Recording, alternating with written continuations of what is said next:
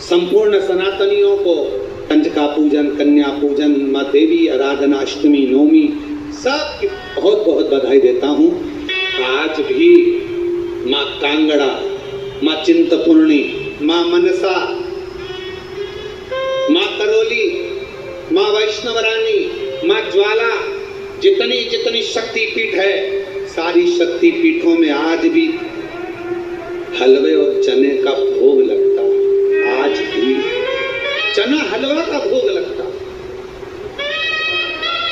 कोई पूछे उनसे, क्यों सर ये चने का भोग क्यों लगता है, ये हलवे का भोग क्यों लगता है, तो गुड़ की जगह हलवा है, पर चना आज भी उसी जगह पर है। चने का भोग आज भी माँ आदि शक्ति को लगाया।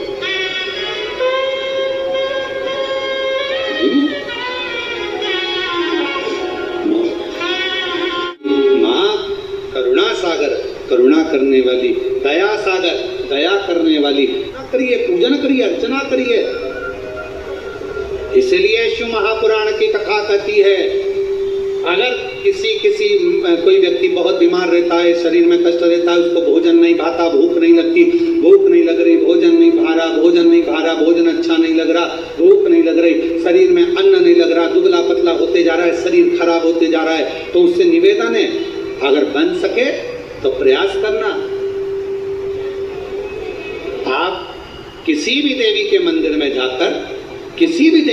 में जाकर एक दुर्वा, एक बेलपत्र माता के मंदिर में मां शकंभरी के नाम से रखना।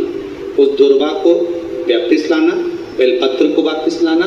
बेलपत्र सुबह के समय खाना और दुर्वा शाम के समय खाना। ये दो, एक बेलपत्र एक दुर्वा, लगभग 5 या 7 दिन तक लगातार आपने अगर कर लिया तो भूख भी लगेगी, भोजन भी भाएगा और स्वाद भी आएगा, आपको अच्छा लगेगा। शकंभरी माता का स्मरण कर कर जीव उदर पोषण कर लेता है, उदर भर लेता है। मां शकंभरी।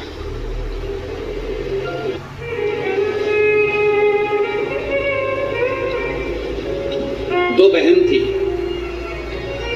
एक दाती एक महाती।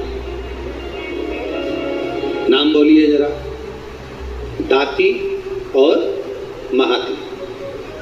दो बहन थी, दाती और महाती। दाती और महाती। दाती थोड़ी सी बहुत गरीब थी, साधारण थी।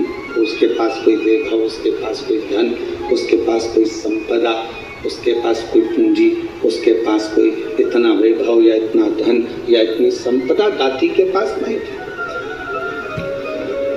महाती के पास बहुत वैभव था। देवी भागवत का प्रसंग है, ध्यान से सुनिएगा जरा। दाती के पास धन ज्यादा था, महाती के पास धन नहीं था।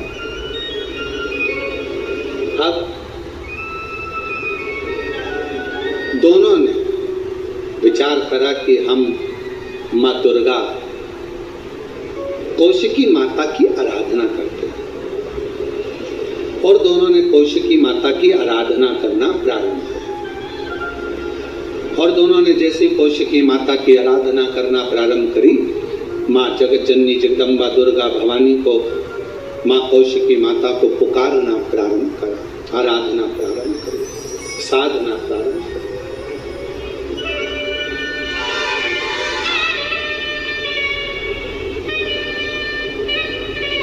दाती महाती दोनों आराधना कर रहे, दोनों साधना कर रहे। दाती भी साधना कर रही है, महाती भी साधना कर रही है। महाती के पास में वैभव था, धन था, यज्ञ करने बैठी मां आदि शक्ति दुर्गा भवानी का, तो बहुत सारे पदार्थ उसने यज्ञ में समर्पित करे। दाती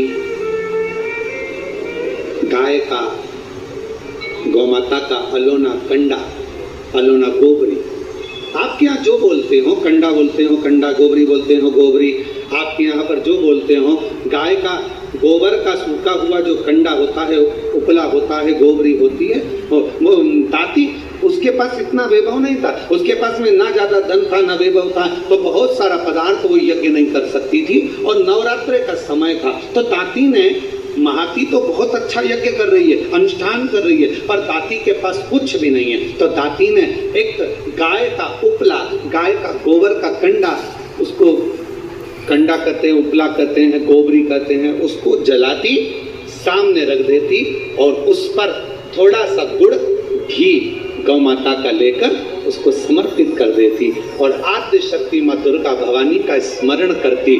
थोड़ी थोड़ी सी संविदा, थोड़ी थोड़ी सी धूप लाती और धूप को लाकर उस पर छोड़ती जाती। हे माँ अम्बा, स्वीकार करना माँ, मेरे पास जो है मैं तुझे समर्पित कर रही हूँ। जोत जला दे।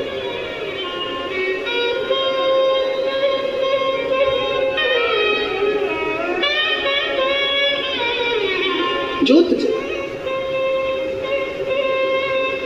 वो भाव है,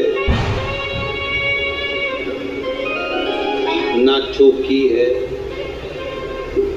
सोने की और मैया को पुकार रही है, माँ को आवाज लगा रही है, कभी फुर्सत जगबंधु निर्धन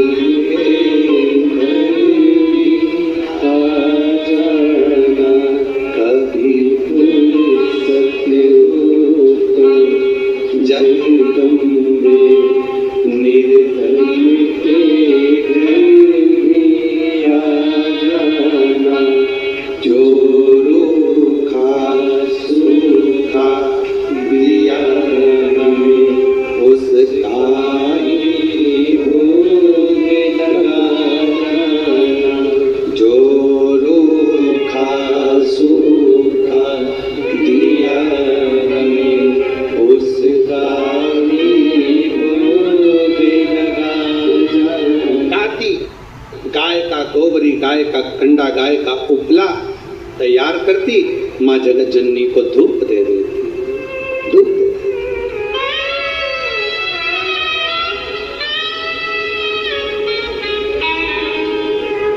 माँ, ना तो मेरे पास में चौकी है और ना मेरे पास में कोई चांदी की चौकी है, ना मेरे पास सोने की अंबारियां पड़ी। माँ, ये तो केवल भाव का है, केवल